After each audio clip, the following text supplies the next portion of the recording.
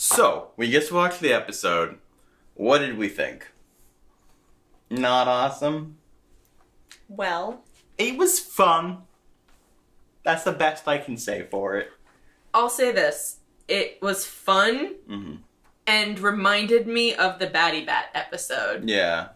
But it felt like it would have been nice if it was just like... But it was more Batty Bad. but the Batty Bat episode had cool character development, Yeah. right? And all the storylines were fun and tied together. Yeah. And here it was just like, oh, this is happening, that's happening, this is Christmas. So that's what I was going to add to of... It would have been nice if it was just like maybe 3 holiday episodes or something like that, where it's like, here's the one about the demon who kidnaps children. Here's the one where we try to King Solomon, a baby against this other, witch. Yeah, well, more like she has her, mischievous, impish Christmas people, and here's the one about the seance. Yes. I think, here's the thing. I'm glad this episode exists. It doesn't, deter my excitement for season 2, but it was not a good episode. It's one of the... if you were binging through, old Buffy episodes, you'd be like, oh, that was a dumb one, moving on. Yeah. It would be it's just a bad filler episode. You know what? It makes me think about the whole, the binging format. Yeah. It's so strange to watch one episode in isolation of a show that's supposed to be binged. It's so weird. But this episode isn't supposed to be binged. No, I know, but the series. Yeah. They've created a series where you need, and so their whole tone and stuff, it works over a 12-episode run. Yeah. And if you just watch one episode, you're like, what? They tried to fit in 12 episodes into one episode. I think it was just, the biggest problem with this episode is that they were doing too much in the same time. The whole idea of Susie being trapped with this creepy demon who melts people and stuff. We couldn't get scared He about it. traps children's souls Yeah, in wax. that could be an entire episode. And it could have been actually scary. Yeah, because that was, those parts of it were creepy and creepy faces. But it was more the beginning of being creepy and then suddenly episode's over. Literally, I thought they wouldn't. I thought that would happen in part 2. Yeah.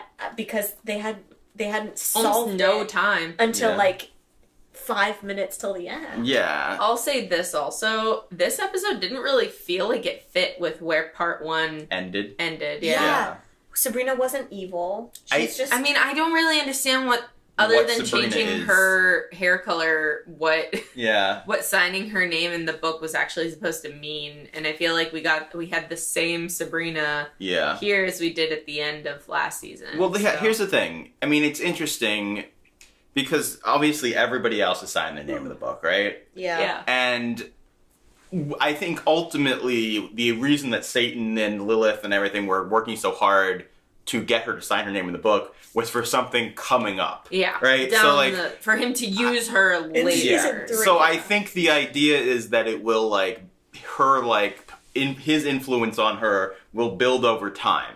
That said, that's not... that's what logically makes sense based on season 2 and based on just generally. Mm-hmm. But given the way they ended season 1 with her wink and, now I'm the bad girl... Yeah. That part to me is what doesn't make sense. Also, they made it seem like she really was okay, friends, I'm not putting you in danger anymore by being around you and making this revelation to you, and I'm leaving and I'm fully committing myself to being a witch and transfer. It seemed to me like she transferred to the academy. Which would have made more sense. Yeah, instead she's like, hey, I still go to the academy after school, and you guys want to join my seance and want to do this? Oh, you're not ready? Well, do you want me to, mess with your father's psychology and take away a crutch for him without telling you? That's a separate thing. To me, it's to me, that was what Sabrina was near the end of season, not post signing the book, but before she's on the book, where it's oh, she's gone down this path of arrogance and I know best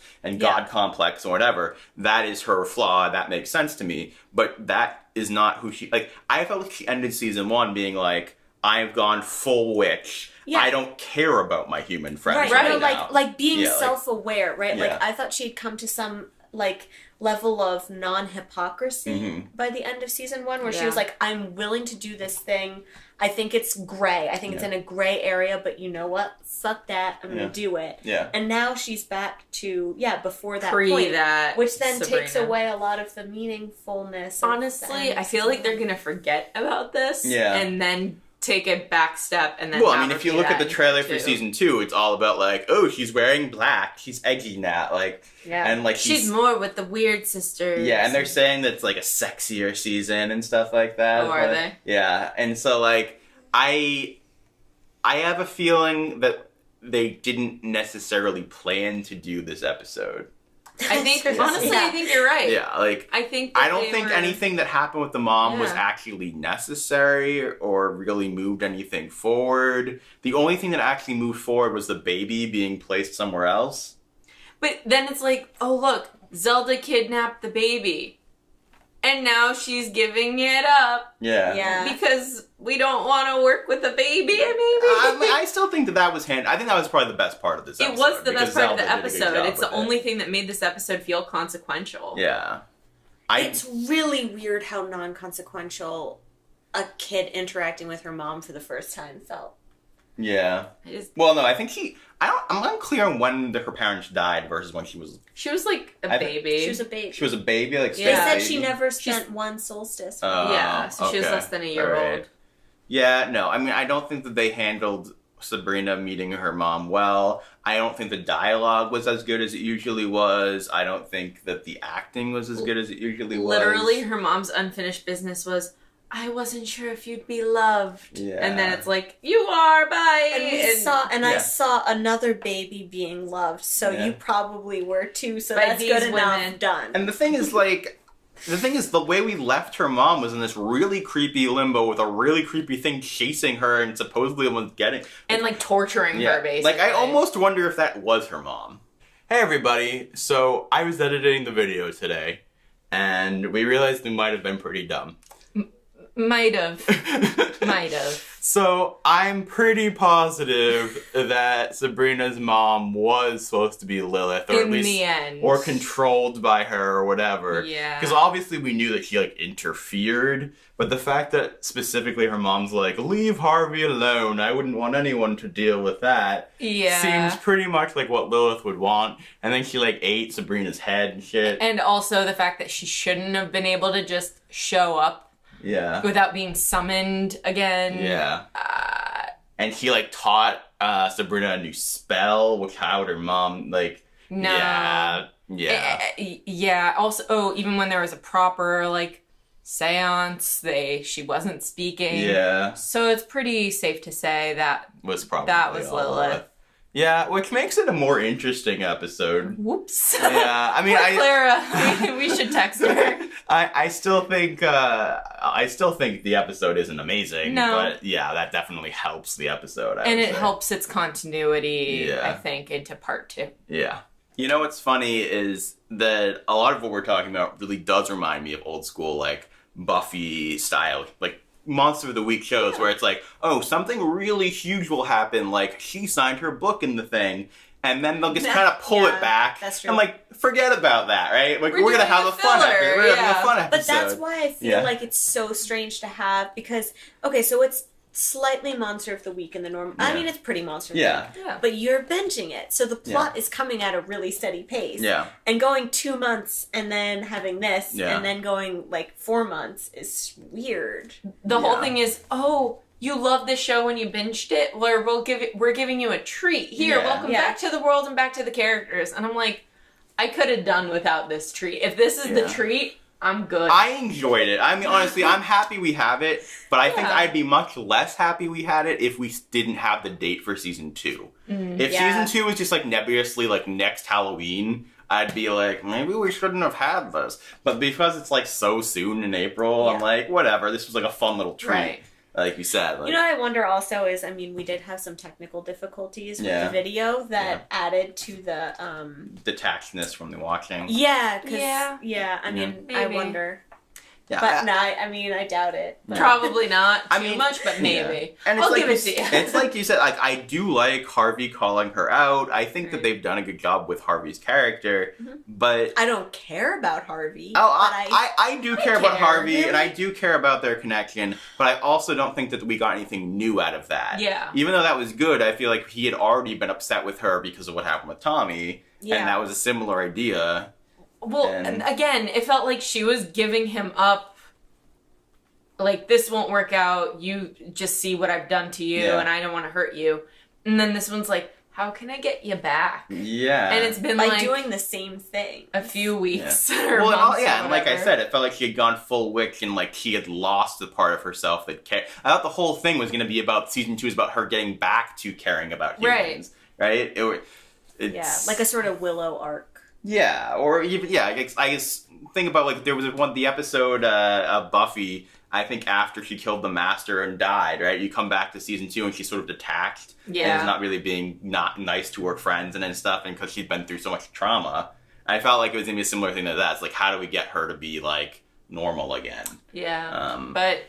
she's back to Sabrina. Yeah. Making trouble for everybody ways. I'm just fascinated to see how they actually start season 2 and how much...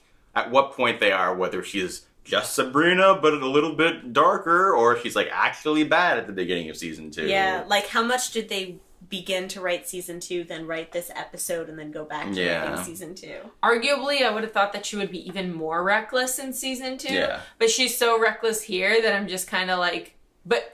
she's reckless here, but simultaneously the season 1 version of herself that I don't know how they're going to really build I think what they're going to do is make her not give a fuck. She's going to still be who she always was, but she's not going to feel bad about it. She's not going to apologize for it. Okay. You know? I mean, it would feel weird after this episode that she does that. That she doesn't. Yeah, you're right. It doesn't follow. You know, it really doesn't. I mean, here it's like it ends on a note where you think like, okay, now she's actually gonna stop messing with her human friend. Well, that's why I feel like they have to do it in a way that makes it feel like she's being influenced, not just like, oh, her character arc is all over the place. It's more like she's. I guess. Yeah. I just feel like they really messed up an opportunity to do that with her character, and now it's weird. Yeah. I wish that she wasn't talking to her friends. Maybe Harvey, but not her other friends.